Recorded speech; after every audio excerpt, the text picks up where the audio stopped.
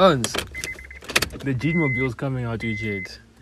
Hopefully it doesn't fail. We're on our way to Murivo from here. Just try to find a quiet road.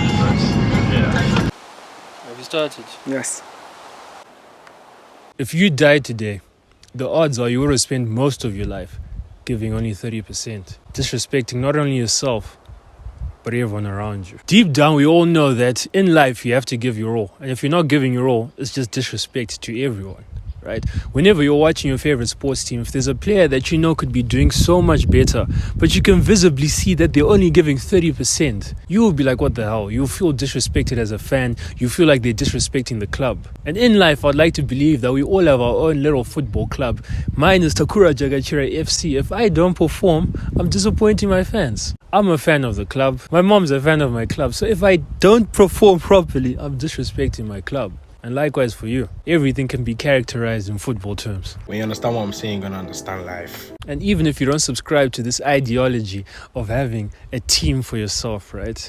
You spend every day with yourself. So surely you'd want to spend your whole life with someone who is giving their all. Someone who is doing their part.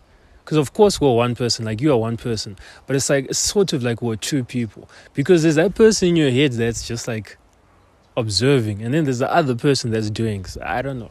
That's another video for another day. But anyways, yeah. In the Jewish religion, it's actually a sin not to become your best self. Not, I'm trying. It's a sin not to become your best self. And you can actually see how that guideline has helped Jewish people. I was reading a book called The Jewish Phenomenon. Phenomenon.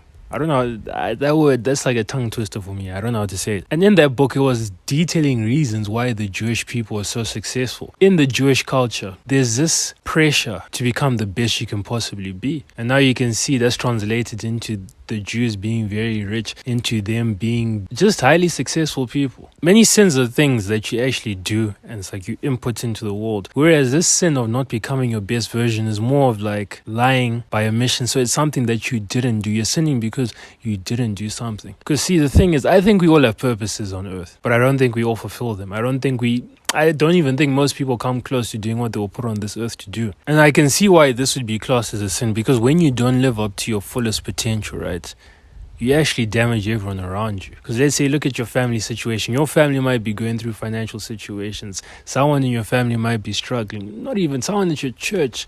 Wherever you go, they might need your help. And maybe the only way you will be able to help them is if you become your best self.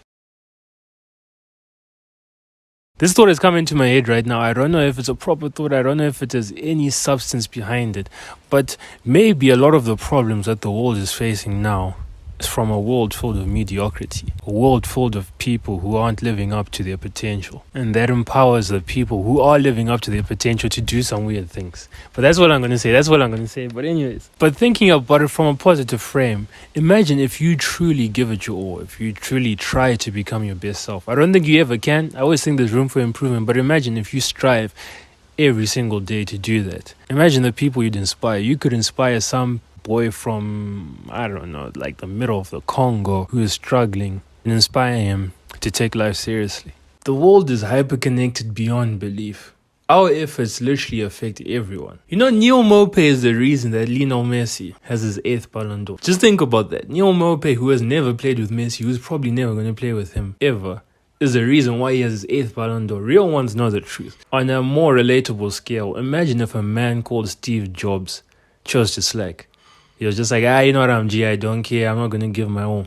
You probably wouldn't have the device that you're watching this video with right now. So just see how one man's efforts have affected our lives. And you know, people would ask the question, are we all going to have a Steve Jobs type level impact? The logical answer would be no. But the truth is, very few people want to and actually push themselves to that level of excellence. Very few people actually chase their best version. So the answer is, you never know. And that brings another question. What can you do? And that's the question. What can you do? See, some of us are Lamborghinis, but we're only going at 30 k's an hour. And even though over here, I have my trusted Jeetmobile, right? You have to ask yourself the question, what can I do? You'll only be able to find out once you push yourself. And that's the thing with life. Life is very much, and excuse my French, around and find out. You'll never be able to find out what you're capable of until you try. Right now, I've started my Honda Fit. You know, you put on your seatbelt for safety. You may be a Lamborghini capable of going 300 kilometers an hour, but then you choose to spend your life going 30 k's an hour, living at 10%, not even 30%, right? It would be a shame for you to buy a Lamborghini and not drive at full speed. And likewise, it would be a shame for you to live a life and not actually live.